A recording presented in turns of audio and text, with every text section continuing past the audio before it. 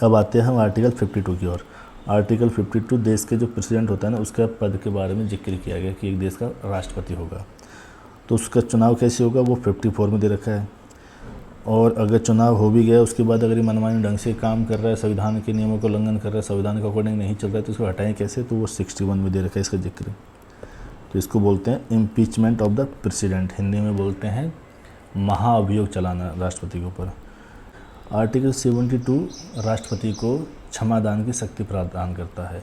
किसी को फांसी की सज़ा हो गई, सुप्रीम कोर्ट ने दे दिया, मान लिया उसको सज़ा का प्रावधान दे दिया, सुना दिया, ये वो राष्ट्रपति से अपील कर सकता है, दलील कर सकता है। तो राष्ट्रपति चाहे तो उसको क्षमादान कर सकता है, क्षमादान की शक्ति है राष्ट्रपति के पास, क्षमा कर सकता है उसकी। 63 में हमको वाइस प्रेसिडेंट का पद के बारे में जानकारी मिलती है। देखो ये तो है द्रौपदी मुर्मू जी जो हमारी फ़िलहाल में प्रेसिडेंट है, और ये जगदीप धनखड़ जी है जो हमारे फ़िलहाल के वाइस प्रेसिडेंट है। तो वाइस प्रेसिडेंट का जिक्र है 63 में और प्रेसिडेंट का जिक्र है 52 में। 74 में क्या काउंसिल ऑफ मिनिस्टर, या फिर इसको छोड़ो, मैं बोलता हूँ मंत्री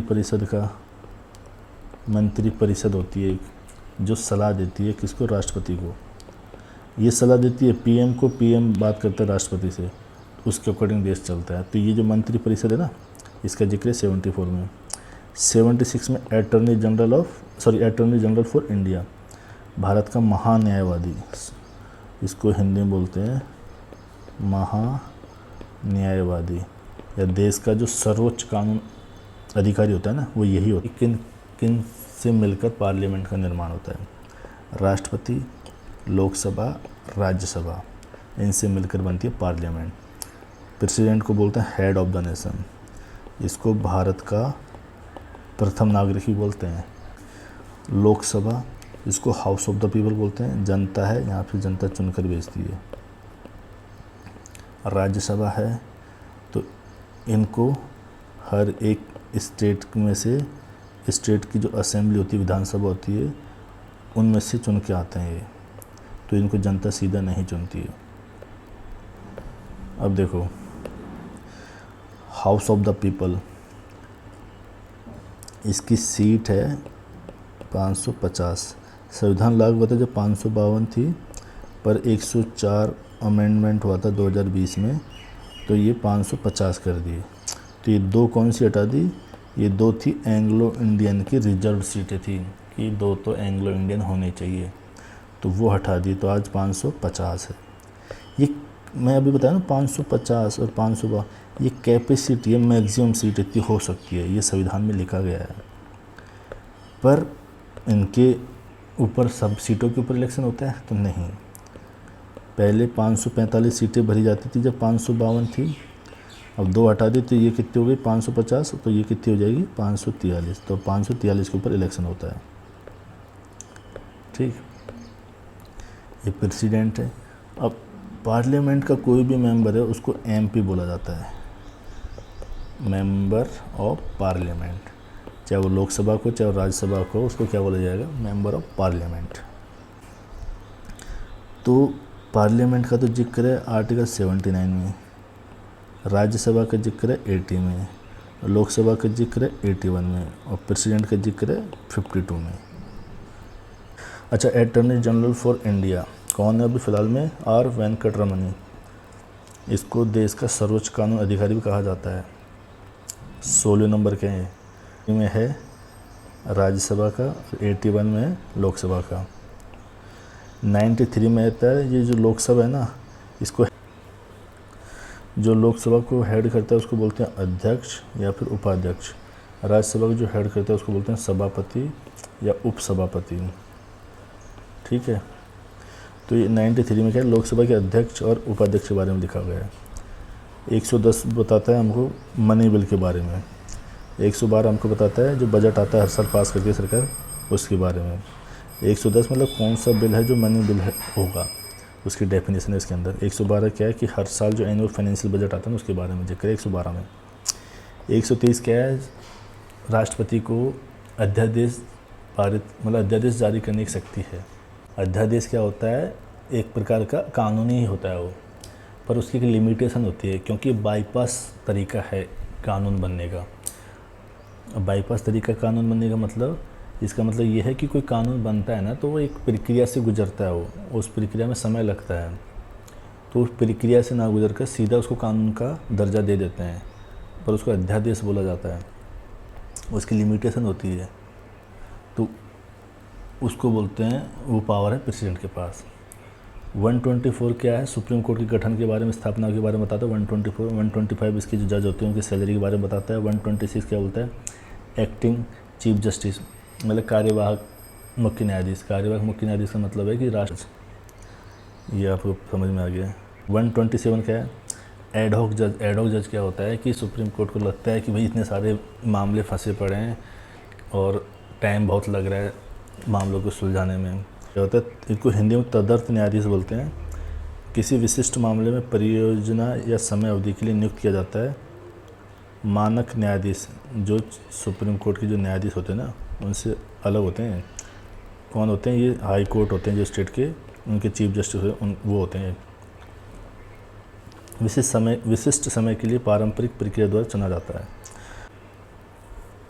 141 क्या है कि जो डिसीजन ऑफ सुप्रीम कोर्ट है वो बाइंडिंग है हर एक कोर्ट के ऊपर।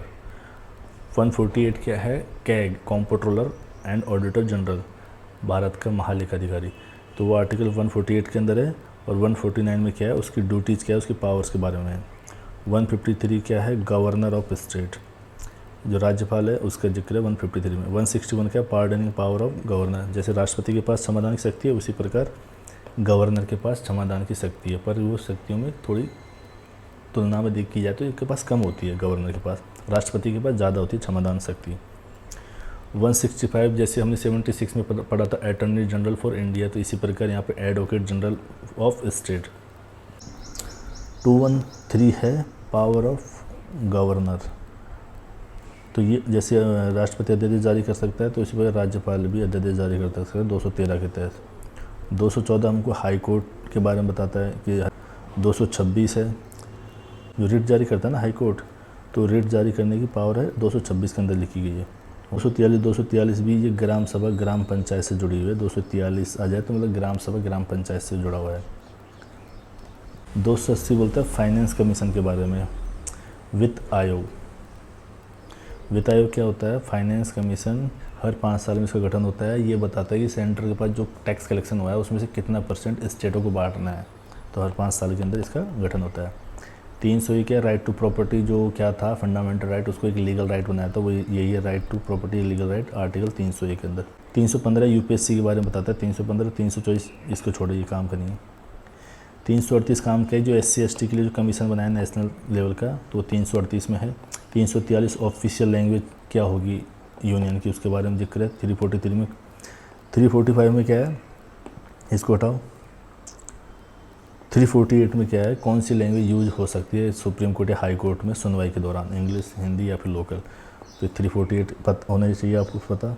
343 348 पता होना चाहिए। 351 क्या है, सरकार की जिम्मेदारी है कि हिंदी भाषा को प्रमोट करे, उसको और बढ़ावा दे, उसको डेवलप करे, और ये 351 में है।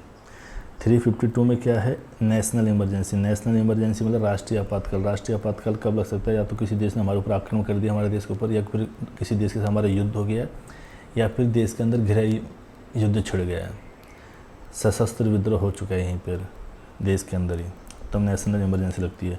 3 तरह की इमरजेंसी होती है, एक नेशनल और एक स्टेट और एक फाइनेंशियल। 356 में स्टेट इमरजेंसी, मतलब कोई देश का मुख्यमंत्री है उस देश, 356 है स्टेट इमरजेंसी। इसमें क्या होता है कि किसी राज्य का मुख्यमंत्री है, वो उस राज्य में संविधान के अकॉर्डिंग शासन को चलाने में असमर्थ है, अस्त व्यस्त हुआ पड़ा है वहाँ पर शासन व्यवस्था, तो वहाँ पर सेंट्रल गवर्नमेंट वहाँ की सरकार को डिसॉल्व कर देगी, समाप्त कर देगी, और वहाँ पर स्टेट इमरजेंसी लगा देगी, और फिर वहाँ पर प्रेसिडेंट रूल लगेगा, तो वहाँ पर राष्ट्रपति शासन लग जाता है। फिर कब तक, जब तक नई सरकार का गठन ना हो जाए वहाँ पर। 360 है फाइनेंशियल इमरजेंसी, वित्तीय आपातकाल। जैसे 368 क्या है, 368 आपको पता है भाग पार्ट 20 के अंदर आता है 368, जो क्या देता है हमको नहीं, मतलब आर्टिकल 368 पार्ट 20 के अंदर आता है, जो पार्लियामेंट को संविधान के अंदर अमेंडमेंट करने की पावर देता है। 371 ये सब काम की नहीं है, 370 ये भी सब काम की नहीं है।